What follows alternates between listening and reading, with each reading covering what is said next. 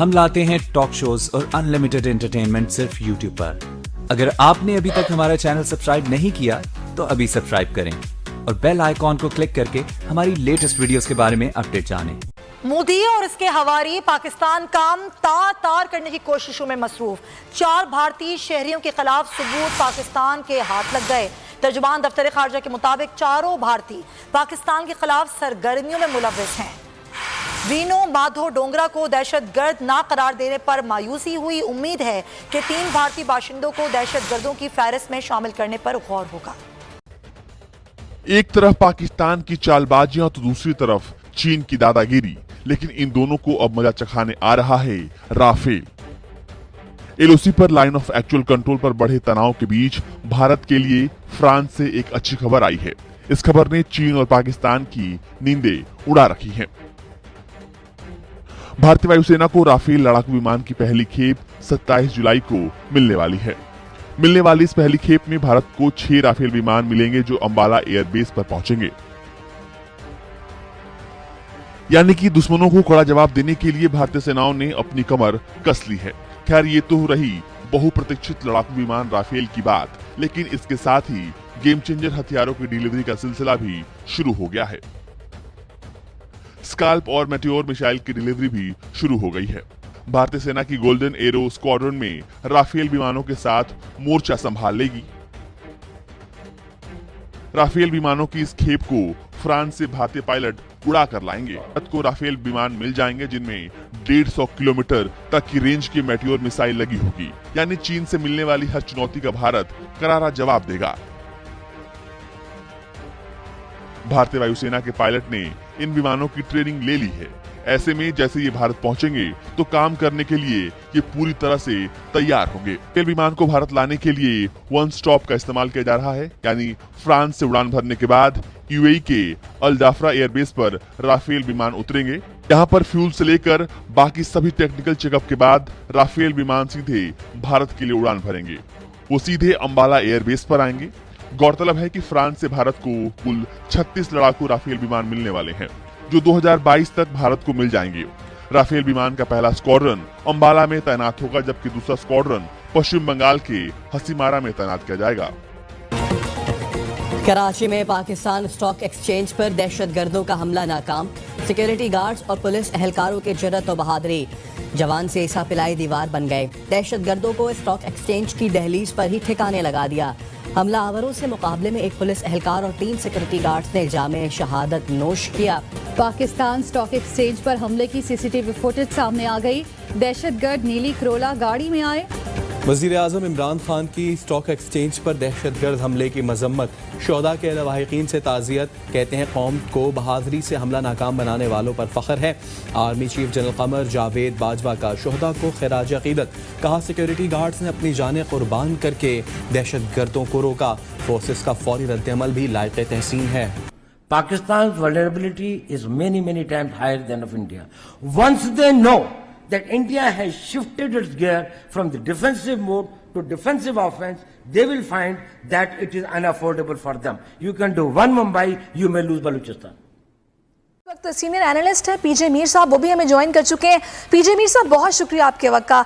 Sir, अब इस सारी सूरत हाल में जो कुछ भी हुआ है इस पर तो हम बात कर ही रहे हैं, मैं आपसे भी बात करूंगी, लेकिन सबसे तशवीशनाक बात है वो स्लीपर सेल्स की मौजूदगी है, जो कि आज अभी ये न्यूज़ ब्रीफिंग प्रेस ब्रीफिंग दी गई है, उसमें उन्होंने कहा है कि स्लीपर सेल्स की जो मुआवनत है उसके बगैर इस तरह का हमला मुमकिन ही नहीं था। तो ये तो बड़ी तशवीश की बात है कि एक मुआशी हब जैसा शहर जिसमें स्लीपर सेल्स मौजूद हैं। बताऊं कि स्लीपर सेल्स हर मुल्क के होते हैं, पूरी दुनिया में होते हैं, और जब भी चाहते हैं जो आपका जो दुश्मन होता है उसको वो एक्टिवेट कर देता है। ये जो आप देखो कि स्टॉक एक्सचेंज पे अटैक करने का क्या मकसद क्या है? आपका सिर्फ यही मकसद है पब्लिक अटेंशन, दुनिया के आगे आप पाकिस्तान को डिग्रेड करने का एक इसी नैरेटिव में ले जाओ कि जी हम टेररिज्म को बड़ा प्रोपेगेट करते हैं। ये सारा इसके पीछे अगर बीएलए है तो बीएलए को फंड कौन कर रहा है? नेचुरली रॉ कर रही है। अगर रॉ कर रही है तो अब आपको देखें ना, ये डेवलपिंग स्टोरी है। अभी ये सारी इन्वेस्टिगेशन करेंगी और जितना भी इसका जो आप कह लो कि जो मवाद निकलेगा हमारे सामने आ जाएगा probably in a few days time. But in the mean time आपने जिग्सॉ पजल को आपने जोड़ना है।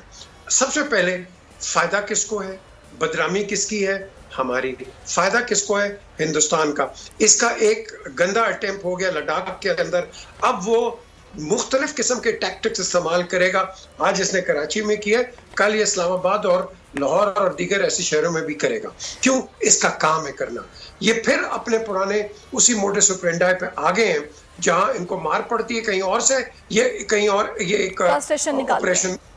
ठीक है, तो ये चीज है। कुछ रोज पहले कराची में दस्ती बम हमले हुए थे और वहां पर यही वाजे हुआ कि इन्होंने पुलिस की गाड़ी को या रेंजर्स की गाड़ी को निशाना बनाया, तो क्या फिर ये कराची के अमन के दुश्मन फिर से रीग्रुप होने की कोशिश कर रहे हैं?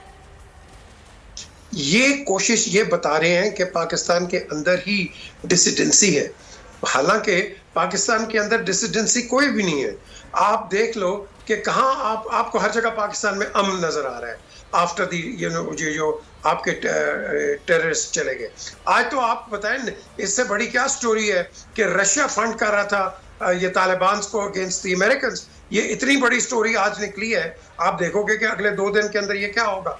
तो यही चीज हिंदुस्तान भी ये क्या कर रहा है, ये इंडिया, ये अमेरिका की एक प्रॉक्सी आप कह लो कि एक जंग हमारे साथ लड़ रहा है।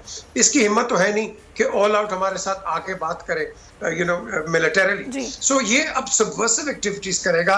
इसी तरीके से ये एक आप कह लो कि छोटे छोटे पॉकेट्स बनाएगा densely populated cities of Pakistan के जहां सबवर्सिव एक्टिविटीज करेगा।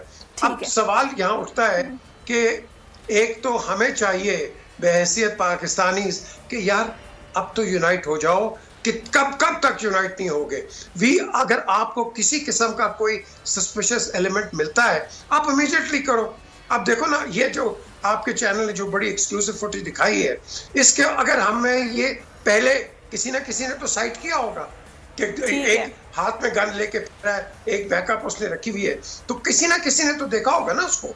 तो अगर देखा है तो उसको चाहिए था इमीडिएटली 15 या पुलिस के। बिल्कुल आप ठीक कह रहे हैं, इमीडिएटली एक्शन लिया जाता। आप हमारे साथ रहिएगा, अभी हमें ज्वाइन कर चुके हैं अकील साहब। ये जो सारा कुछ आज हुआ है, सुबह सवेरे जो हमला किया गया, आपके ख्याल में क्या मैसेज देने की कोशिश की गई है? देखें, आज का हमला जो मैसेज है, आपने देखा होगा कि चाइना बॉर्डर पे इंडिया ने कुछ गड़बड़ करने की कोशिश की थी और चाइना ने उनको मार भगाया जी। इसके बाद जाहिर बात है उनमें इतनी जरूरत नहीं थी कि वो उस तरफ जा सकते। पाकिस्तान स्टॉक एक्सचेंज पे जो अटैक करने का मतलब था सीधी, क्योंकि पाकिस्तान स्टॉक एक्सचेंज में मेजोरिटी पार्टनर है चाइना, तो ये अटैक उसी की कड़ी लगी और इसको करवाने वाला हिंदुस्तान है। हिंदुस्तान पाकिस्तान के पीस को कभी भी पसंद नहीं करता। अब उसकी जरूरत नहीं थी कि वो चाइना से डायरेक्ट निपटे, उसने वाया चाइना को अटैक करने की कोशिश की। हम सलूट करते हैं अपनी सिक्योरिटी फोर्सेस को पे, पुलिस पे, रेंजर्स पे और सिक्योरिटी गार्ड पे कि इनके हमले को कंप्लीट नाकाम बना दिया। और ये बहुत बड़ी वारदात थी। उनका मकसद था कि पाकिस्तान की बिजनेस कम्युनिटी, पाकिस्तान के स्टॉक ब्रोकर और पाकिस्तान की स्टॉक एक्सचेंज की मैनेजमेंट और चाइनीज को यरगमाल बनाए, क्योंकि ये सारे लोग स्टॉक एक्सचेंज में मौजूद होते हैं और 4-5 हजार लोग बिल्डिंग के अंदर होते हैं और इतनी बड़ी तादाद में एमुनेशन लेके ये आए थे। इनके पास खाने पीने की अशिया भी वाफिर मिकदार में थी और हमारी सिक्योरिटी फोर्स ने उनको शुरू में ही हमारे भी 2-3 बंदे शहीद हुए पुलिस के, सिक्योरिटी गार्ड के, लेकिन 2 बंदे उन्होंने इंटरेस्ट पे ही गिरा दिए थे। उसके बाद वो अंदर आए और दोनों बंदे, तीसरा बंदा मेरे ख्याल से जो हैंड ग्रेनेड मारने की कोशिश में वो उसके हाथ में फट गया और चौथे से ऊपर से स्नाइपर ने फायर करके खत्म किया। मैं कहता हूं कि सिक्योरिटी फोर्स की हम जितनी तारीफ करें कम है। और सबसे बड़ी बात कि पाकिस्तान स्टॉक एक्सचेंज की ट्रेडिंग जारी रही, 1 मिनट के लिए भी ट्रेडिंग नहीं रुकी। इन्होंने दुनिया को ये मैसेज देने की कोशिश की कि पाकिस्तान की स्टॉक बंद हो गई या बंद होने की ख्वाहिश भी पूरी नहीं हुई। और सबसे बड़ी बात कि जो लोग बैठे हुए थे बिजनेसमैन, स्टॉक एक्सचेंज में काम करते हैं, उनमें कोई पैनिक नहीं था, वो बिल्कुल मुतमईन बैठे थे, उनको अपनी सिक्योरिटी फोर्स पे पूरा भरोसा था। और मैं समझता हूँ कि इसी तरह हम आपस में इत्तेहाद रखेंगे, हमारी कामयाबी होगी। इंडिया मुसलसल कोशिश कर रहा है, क्योंकि जब तालिबान की सेटलमेंट हुई है तो जाहिर बात है कि इंडिया के पेट में दर्द हुआ है। सही।